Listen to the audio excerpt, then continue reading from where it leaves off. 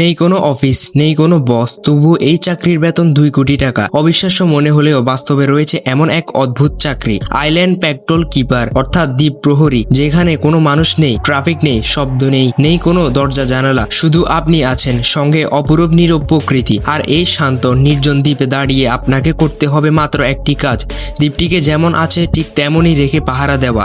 শুনতে যেন কোনো সিনেমার গল্প, কিন্তু এটি আধুনিক বিশ্বের এক ব্যতিক্রমী ধর্মী চাকরি।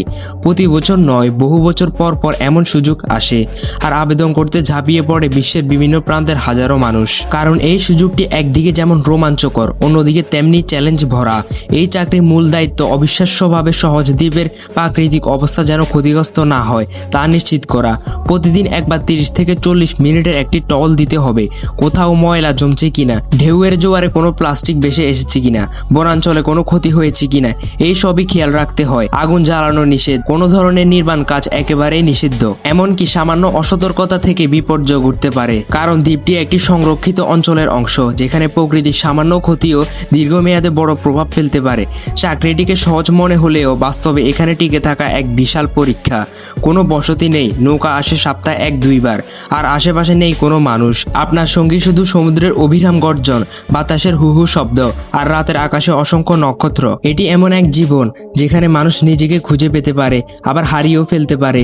এখানে প্রহরীর জন্য রয়েছে অত্যাধুনিক একটি ক্যাবিনে থাকার ব্যবস্থা, খাবার চাইলে নিজের হাতে মাছ ধরেও নেওয়া যায়, নির্ধারিত সময়ে সরবরাহকারী দল নিত্য প্রয়োজনীয় জিনিস পৌঁছে দেয়, যোগাযোগের জন্য থাকে স্যাটেলাইট ফোন, বলতে গেলে বেঁচে থাকার জন্য যা যা প্রয়োজন সবই আছে, শুধু মানুষ নেই।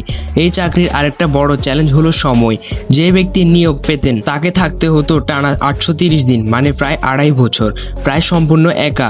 অনেকের কাছে নিঃসঙ্গতা আশীর্বাদ হতে পারে, কিন্তু অধিকাংশ মানুষের জন্য এটি সহনীয় নয়। তাই আবেদনকারীদের মানসিক স্মৃতি, ধৈর্য এবং প্রকৃতি প্রেম, এই তিনটি ছিল নির্বাচন প্রক্রিয়ার প্রধান শর্ত। প্রতিদিনের জীবন ছিল অভ্যাসে বাঁধা, ভোরে সূর্য ওঠার সঙ্গে সঙ্গে দ্বীপ জুড়ে হাঁটা, ভেসে আসা জঙ্গল সরানো, ঝড়ের পর ভাঙা কাঠ বা কাঁচ পরিষ্কার করা, দুপুরে হয়তো বই পড়া, স্কেচ করা কিংবা সমুদ্রে সাঁতার কাটা, আর সন্ধ্যায় চুপচাপ বসে সূর্য ডুবে যাওয়া দেখা, রাতে ঢেউয়ের শব্দে ঘুমিয়ে পড়া। কোনো সমাহার নেই ব্যস্ততা, কিন্তু একাকিত্বের গভীরতা সবসময় অনুভব করতে হয়। এত কিছুর পরও এই চাকরির আবেদন উন্মুক্ত হলে মাত্র 7 দিনের মধ্যেই বিশ্বজুড়ে হাজারো মানুষ আবেদন করেন, কেউ প্রকৃতির নীরবতা খুঁজতে, কেউ আবার জীবনের ভিন্ন অভিজ্ঞতার স্বাদ নিতে। কিন্তু বাছাই করা হয় মাত্র একজনকেই। তিনি নিজে বলেছিলেন, সবচেয়ে বড় পুরস্কার টাকা নয়, বরং সেই 830 দিনের অভিজ্ঞতা, যেখানে মানুষ প্রকৃতিকে উপলব্ধি করে, জীবনের তুচ্ছতা বোঝে এবং নিজের সঙ্গে শান্তিতে থাকার শিক্ষা পায়।